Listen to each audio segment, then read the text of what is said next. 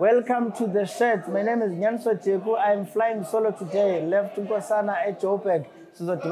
Next week, we continue shedding the light on the African transformation movement. It's been 5 years, Sisi, and you have been the chairperson. What are some of the highlights that you think are worth mentioning in terms of what the ATM has been offering over the past 5 years? Look, let's first start with the year that we were registered, which was 2018. When we were registered as the ATM in 2018, we were registered less than a year before elections. Other people would normally just say, okay, we're going to go to the elections in 2021, but we are not ready for 2019.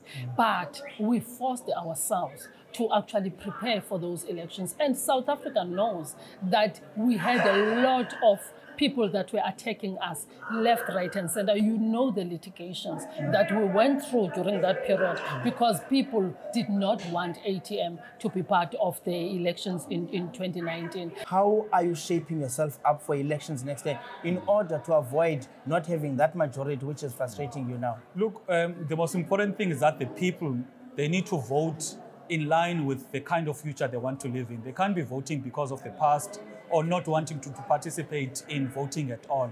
So what we're saying is the ATM, critically, we need to invest in the future. And the future lies in educating our young people. The young people, they must go to a space in their schools, a space that will open their hearts, open their minds, so that it's an environment of learning. If you go to a private school, go look at the infrastructure there.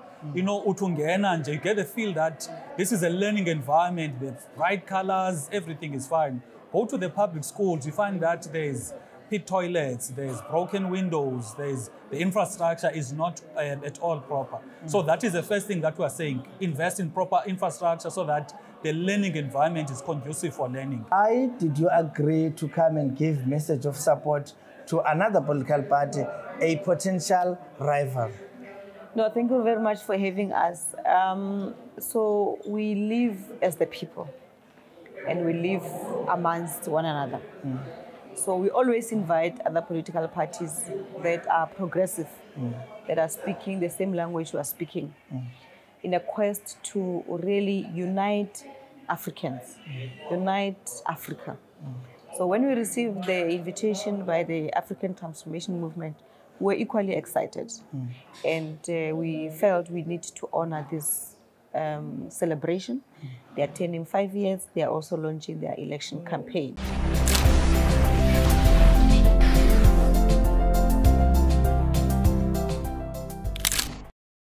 Botani, and welcome to the Shedds. My name is Nyaniswa Jeku. We're shedding light on issues affecting citizens.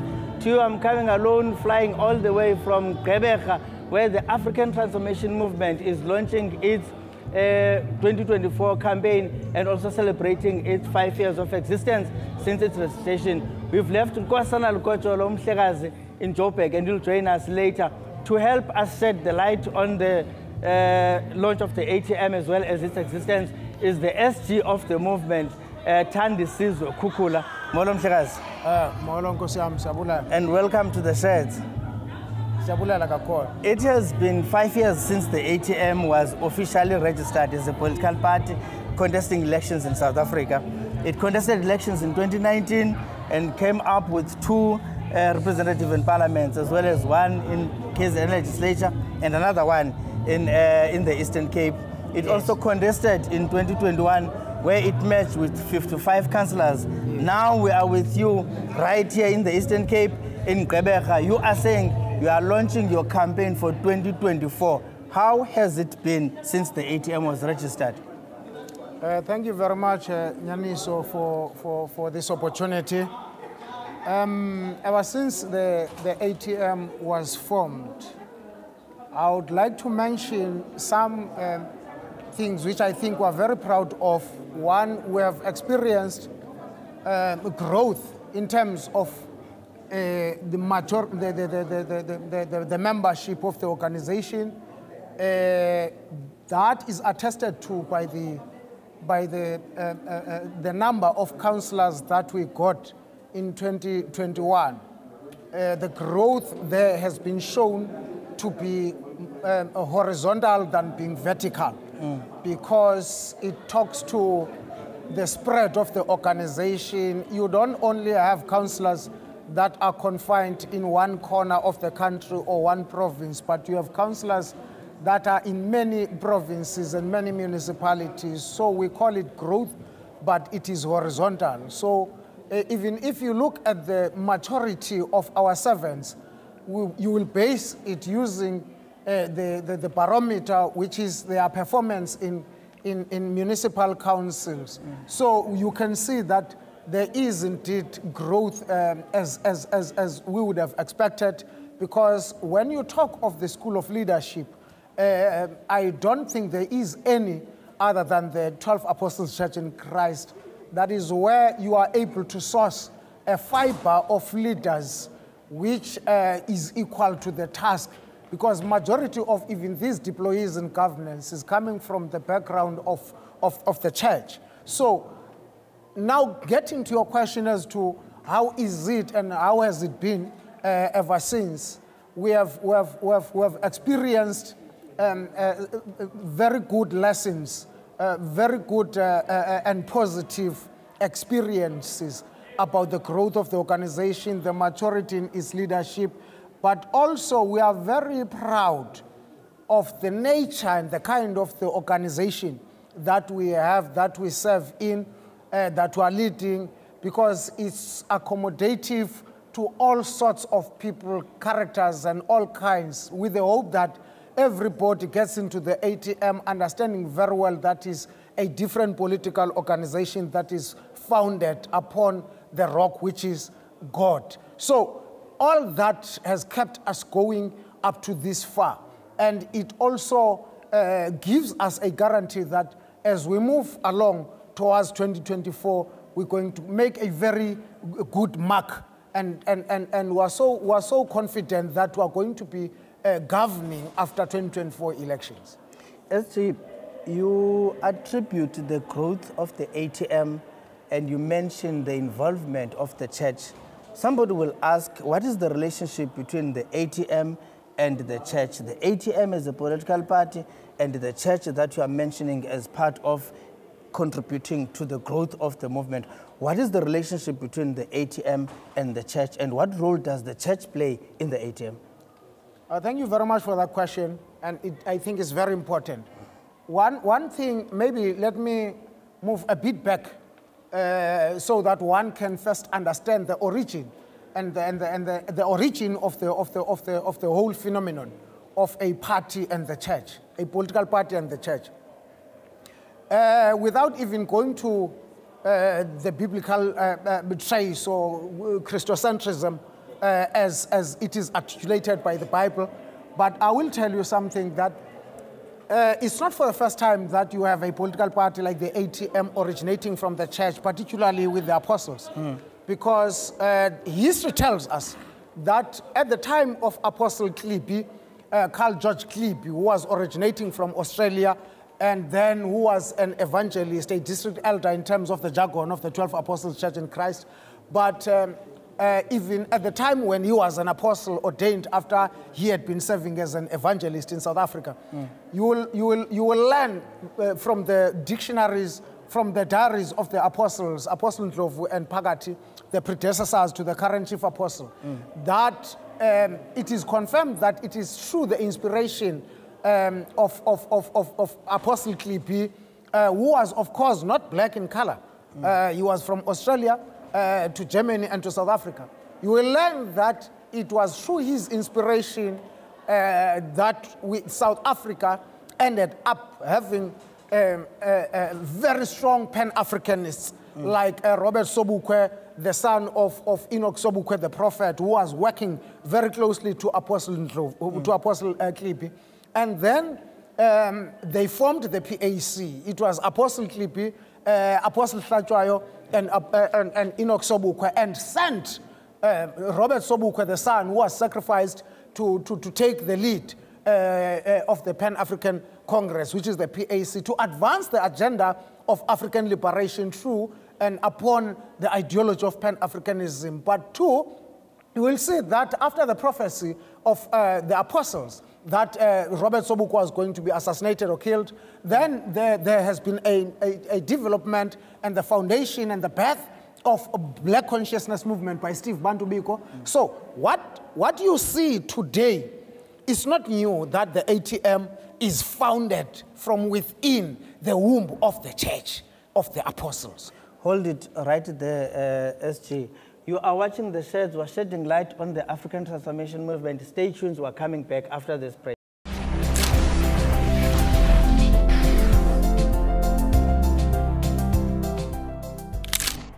Welcome to the Sheds. My name is Nyanso Cheku. I'm flying solo today. Left Nkosana at Joburg. Next week, we continue shedding the light on the African Transformation Movement, on its 5-year celebration, as well as launch of its 2024 election campaign. Joining me is Mandi Samashia, the chairperson of the African Transformation Movement. Sisimol. Molo, how are you? I'm good. How are you? It's been 5 years since you've been at the helm as the chairperson of the African Transformation Movement. How has it been chairing this political party? Wow. I can say it has been, one, inspiring for me. It's been challenging. I'll tell you why it's been challenging. It's been challenging because we are in an ATM that has been formed by TACC. So, like President, I do not have the experience of a political party. The only thing I know best is to chair the young people of TACC. So, being in the political space, people would normally think that we go there and talk church issues. No, we talk politics in ATM. We talk politics, of course, they are unique. So for me, chairing a political space has not been easy. However, the unifying value systems of the ATM makes those challenging experiences to actually be achievements at the end of the day. Because I cannot even today sit here and say that the challenges we've had conflicts. I've known that I'm supposed to play a unifying role in the whole of NAC and in all the structures of ATM. So the last 5 years have actually made me to mature politically, have actually made me to understand not only the internal issues of ATM, but also the external world as we relate with the external organizations as ATM. It's been 5 years, Sisi, and you have been the chairperson. What are some of the highlights that you think are worth mentioning in terms of what the ATM has been offering over the past 5 years? Look, let's first start with the year that we were registered, which was 2018. When we were registered as the ATM in 2018, we were registered less than a year before elections. Other people would normally just say, okay, we're going to go to the elections in 2021, but we are not ready for 2019. But we forced ourselves to actually prepare for those elections. And South Africa knows that we had a lot of people that were attacking us left, right, and center. You know the litigations that we went through during that period because people did not want ATM to be part of the elections in 2019. But the first highlight is that we were able to peacefully and quietly suppress all those and deal with those distractions. And we went to elections with 87,000. And when we say 87,000, we don't want to get into the politics of whether those votes were only 87,000 or not. But let's take what was given to us. We went there with 87,000 votes that were supporting us. Those were not members of ATM. Those were supporters of the values of ATM. Those were supporters of the hope that ATM represents. Those were supporters or people that were saying, we are tired of what is happening. We want a fresh air. We want a new breath that is starting to take us forward. That was the first highlight. Few years later, we started saying, no, we cannot only concentrate on supporters. We need structured organization. We need to build the organization. We need to build the party. And that is why if now you look into our head office, we're talking about members in good standing. We're talking about building branches of ATM. Now, if you're talking about building branches, it means that over and above the people that support you, you've got foot soldiers that you can be sure that they will be multiplying themselves ahead of the 20 elections. And I'm very happy, as much as I'm not sitting in the position of the SG to say how many branches, but I'm looking at Eastern Cape, I'm looking at Joburg, I'm looking at Free State. Lord, I'm looking at the numbers that were revealed in our last NEC of Western Cape, where we're talking about continuously launching branches, and that is growth on its own. It's general elections next year. There are many political parties. Yes. There is also a possibility of independent candidates. This means voters will be spoiled for choice. Why must the public choose ATM as a political party to govern this country? For me, there are so many, but let me just mention one thing. The values of the ATM are not only values that are written values. I can assure you, I can attest to what I'm saying. You're talking about leaders that live those values on a daily basis. And people make a mistake because we were founded by TACC and think that ATM is TACC. No, we were founded by TACC. But if you look at the leadership that is here, forget about the political parties, of the South African Council of Messianic Churches, which is actually having more than 48 members of the South African Council of Messianic Churches. You're looking at leaders that you can be sure that they live those values. And South Africa right now is frustrated because people, every time they get into position because they are thinking of themselves. And here we are building and taking and choosing carefully leaders that we can be sure that their interests are about people. The fact that we're saying that we are not a Christian party, but a faith-based organization, it's because we're thinking of the leaders that fear God. People that fear God in the first place. As I say, there are so many things that I can mention. But here we're talking about the character. It is the character that has put us in this place. The corruption that is raging in South Africa, the crime that is here, it is because of the character. It is because people no longer care about other people than themselves. We offer leaders. We offer leaders, incredible leaders of integrity, leaders that do not think of themselves, but think of the people of God. During the launch of the 2024 election campaign, there's something mentioned about a spiritual father or a spiritual head within the ATM. In 1 minute, what is the role of a spiritual head in the ATM, and what is a spiritual head in politics? The spiritual head in politics, and in particular ATM, talks exactly to that character that I'm talking about. Whilst you cannot automatically say that everybody who is a Christian or a faith-based person, it has got a certain character, but we've got a spiritual head that works with council of elders coming from other churches, coming from other faith-based organizations that are guiding the character of the organization through the leaders that are there. So they've got more influence also in who is in the leadership of the ATM and what decisions are being taken there, because we believe in South Africa, as all these other funny enough, the political organizations, they will always say, we've got this problem, please churches come and pray for us, which means that they know that there is a spiritual warfare, but they don't. Actually, they are part of the problem in the spiritual realm. So we've got leaders that are able to guide us to know that this is not only about physical issues, but there are spiritual issues. If we say, Uchiko said, thy kingdom come, it doesn't say we must go to his kingdom. He said his kingdom must come on earth, and things must be done on earth as they are done in heaven.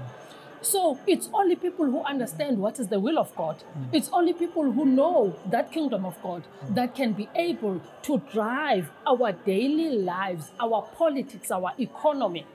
The economy is not something that is against spirituality. The economy is what God said to us, Ukuti, this is what I am giving you, have dominion over it. That is economy. And now we need such spiritual guidance to ensure that people of South Africa at the end of the day are able to have dominion over the economy, over the minerals, not people that are not living here.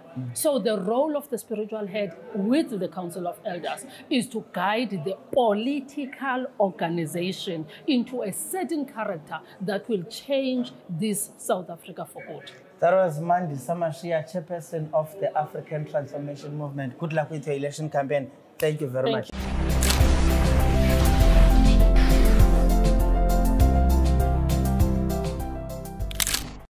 Welcome to the Sheds. We continue shedding light on the ATM on its 5-year celebration, as well as launching its 2024 national elections. Joining me now is the president of the ATM, Violet Zungula. President Molo. You shot to politics in 2019 when you became a member of parliament as the president of the ATM after contesting elections. How has been work in parliament been? And is it something that you anticipated, or there were difficulties, or like easy things that you found there? Look, I expected Parliament to be a space whereby it is ideas that will actually guide any engagement, not loyalty because of party affiliation, because ideas it should be what we deliberate on for the betterment of the lives of the people. However, the reality is that even if the right idea comes, even if it comes from an opposition party or a party that is different from yours, you find that it gets to be shut down in Parliament.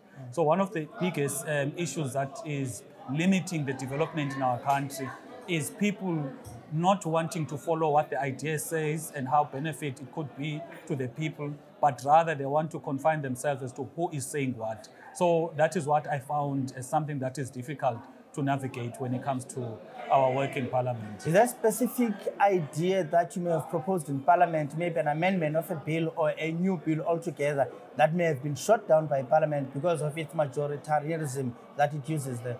I won't take you far. December, there was a vote whether to investigate a president.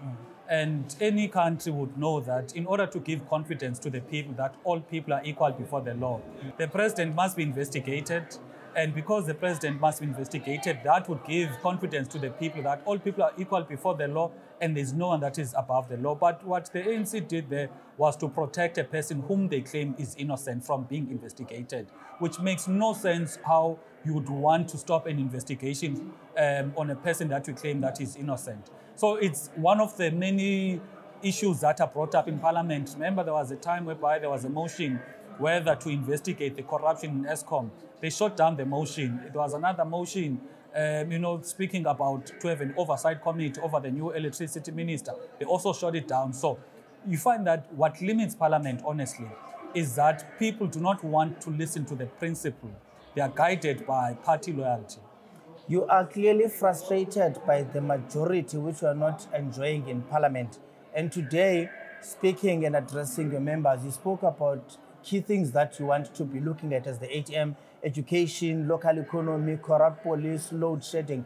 How is the ATM policy-wise and in terms of ideas that it's offering the electorate? How are you shaping yourself up for elections next year in order to avoid not having that majority which is frustrating you now? Look, the most important thing is that the people, they need to vote in line with the kind of future they want to live in. They can't be voting because of the past or not wanting to participate in voting at all. So what we're saying is the ATM, critically, we need to invest in the future. And the future lies in educating our young people. The young people, they must go to a space in the schools, a space that will open their hearts, open their minds, so that it's an environment of learning. If you go to a private school, go look at the infrastructure there. Utungena and you get the feel that this is a learning environment, the bright colors, everything is fine. Go to the public schools, you find that there's pit toilets, there's broken windows, the infrastructure is not at all proper. So that is the first thing that we're saying. Invest in proper infrastructure so that the learning environment is conducive for learning. The second issue is that we need to have a skills-based education system to respond to the skills-based economy that we have now, because people need skills. And we're thinking about critical skills such as critical thinking, complex problem solving, and creativity, because if, for example, you are able to think critically, you are going to be able to solve a problem. And what do people do if they want, for example, to create a product? That product, they are doing a product to solve a particular problem. or they want to employ people that will solve certain problems. So once people have got that skill of complex problem solving, then they'll be employable. And more than being employable, they are going to be able on their own to create jobs on their own. The second issue that we spoke about was the issue of the economy, to say we need an economy that people participate in. We don't want an economy whereby people say this is the GDP of the country, but when you look at the participation of the people, it is nowhere to be seen.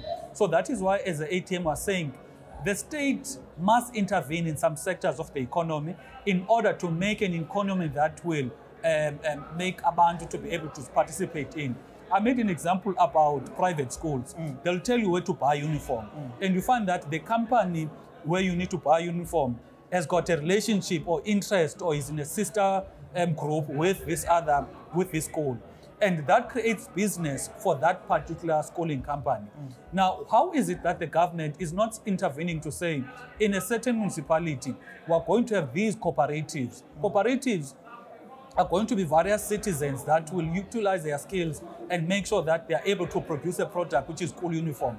That way, you won't have one company, which is Student Prince, that is dominating the sector. Rather, you are going to have various people Evembe, they are going to use uniform that has been manufactured as Evembe. If you go to Free State, you are going to have the very same, you are going to have people from that area that are going to be utilizing uniform that has been produced in that particular area. Then the last issue was the issue of crime. You know how it is now. So the first thing that we're saying is the ATM, the police service needs to understand that it is there to serve the people, not to unleash brutality on the people.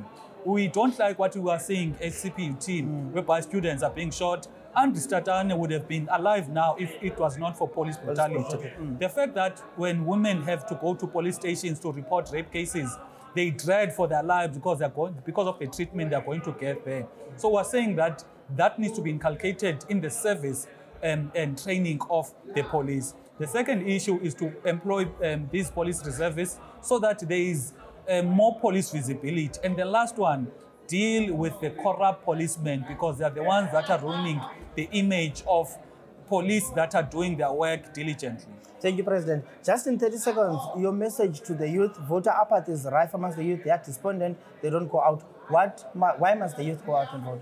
The youth must vote because their vote actually determines the kind of country they're going to live in. We're not going to sleep today, wake up tomorrow. We are living in a country with full of opportunities, no crime, etc. It is the young people that need to shape their own future.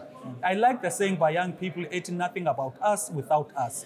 Now, the future of young people depends on them voting and them actually understanding how politics has got a day-to-day impact on their lives, whether they get quality education, they are able to have free education, they are able to have jobs, etc. So we want to also to remind young people that they must not be misled by this thinking, Okuba, the youth is the future, thinking, Okuba, they are going to make it in life in the future. They need to direct that future because that is what is needed. Thank you very much, President, and good luck with the elections next year. That is the President of the African Transformation Movement, Violo Tizongola. You have been watching the Sheds.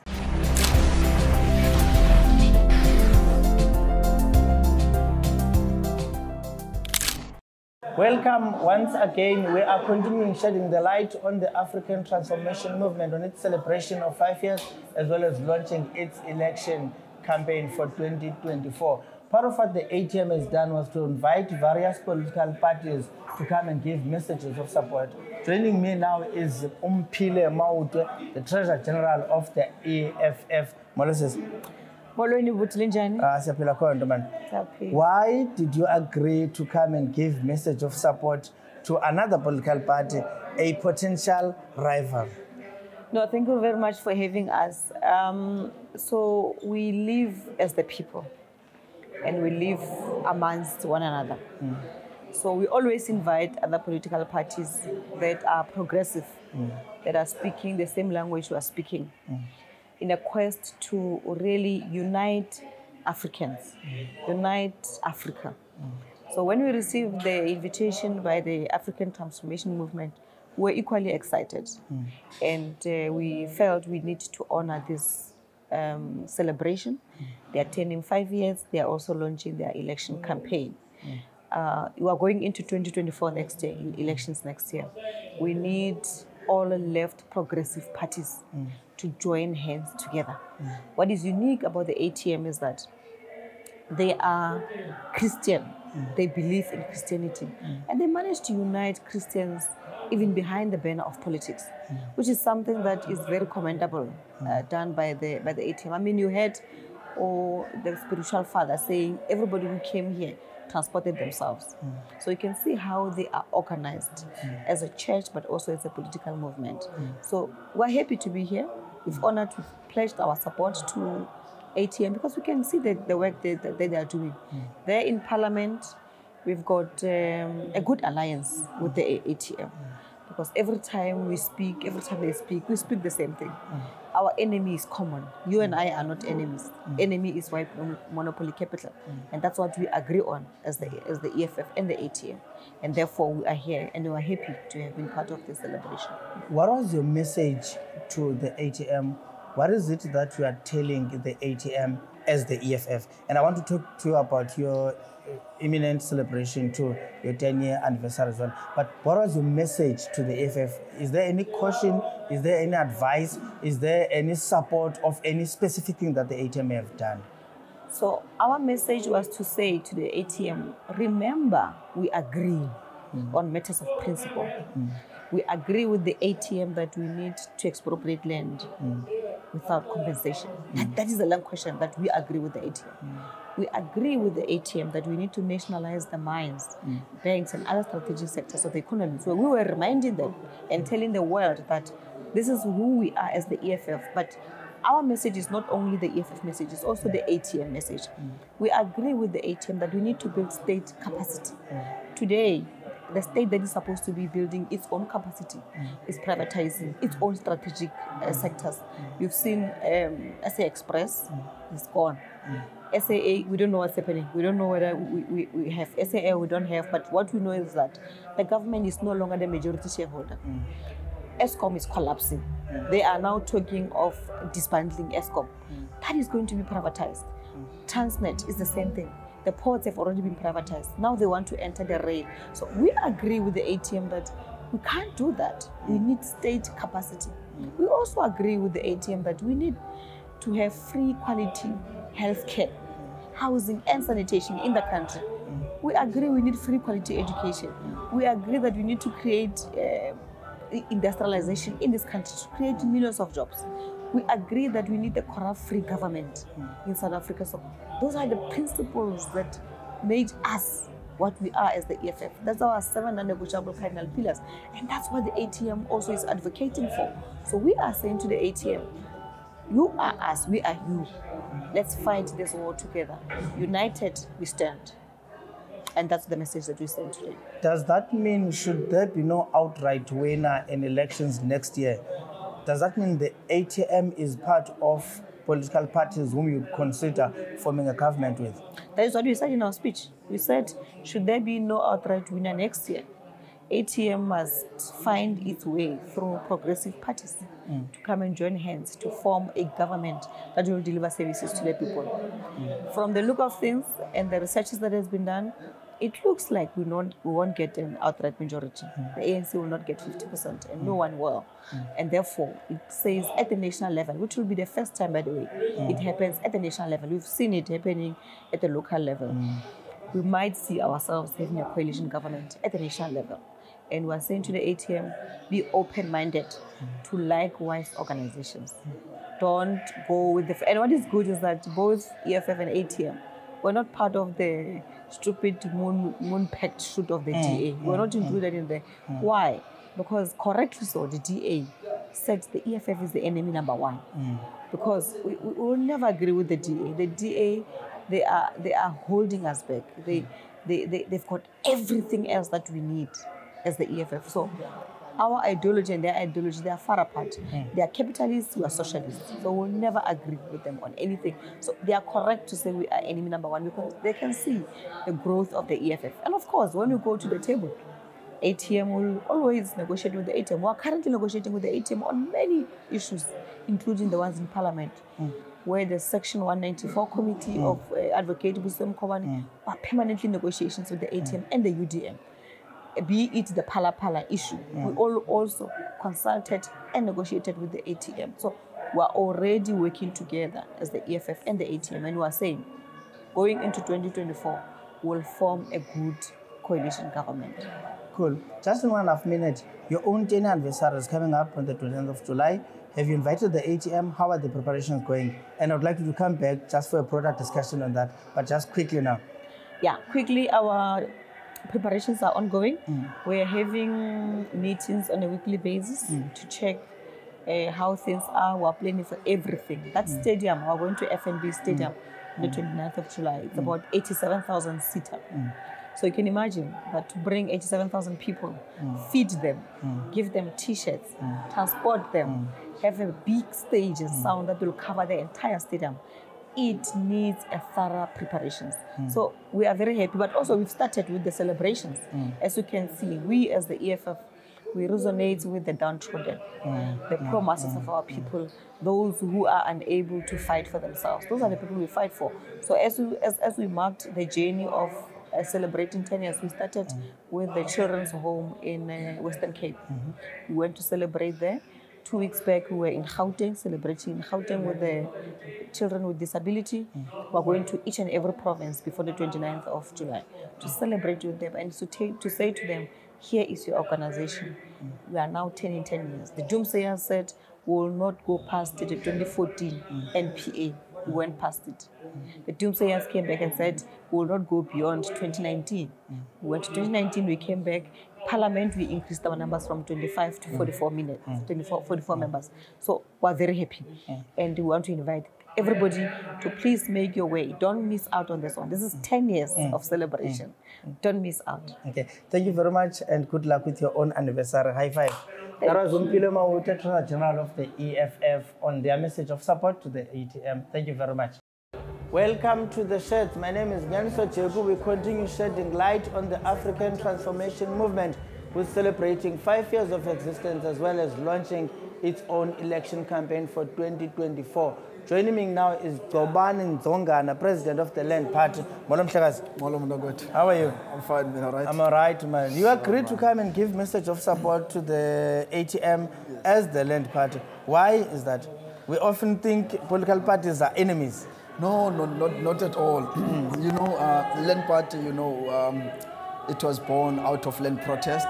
So its formation, it was based on community-based organization, you know. So it is much more vested in the community. Now, in the community, we've got different people from different political backgrounds and all that stuff. So the reason why we find ourselves here is because in last year, 2022, in July, we adopted a document in the plenum of the Land Party. In that document, it was a strategy of saying, how do we approach 2024? Making sure that we consolidate a left front to block. We knew that something like a moonshot will come out. So we wanted to block something that we know that the DA and the Freedom Front Plus and the ACTP were busy cooking behind closed doors. So we decided to share this document with all these left progressive formations, also with some of the black formations movements. That is why, for us, it was very important that we come and accept the invite, because definitely we want to go with a very strong united front towards 2024.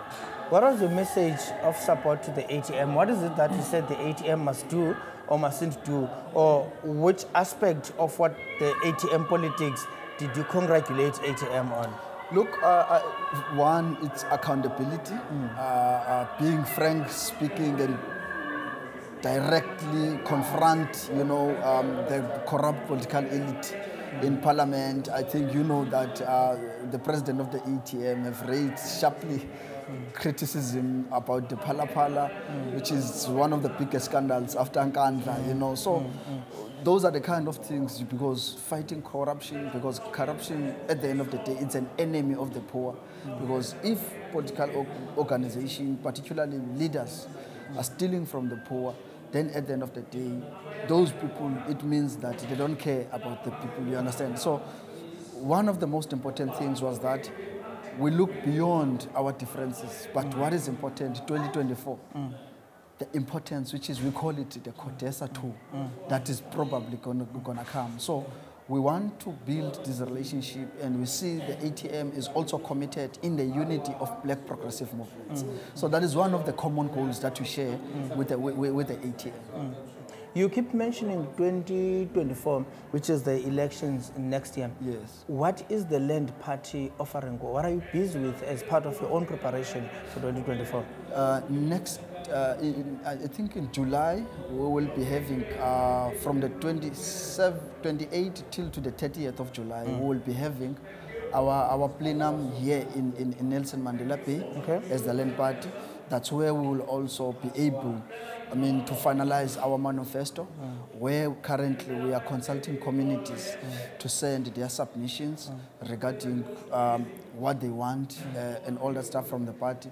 So our approach is that for 2024, it's very important that we go to 2024 as a united front, particularly as a left front, against the corrupt political elite and those who are the puppets of the West, which we believe that ATM is also anti-imperialism, and we believe that it is much more strong about Africanism, which is one of the key things that we believe as a Land Party, that let's take these things and make sure that as Africans we come up with something that is progressive, that will benefit our people.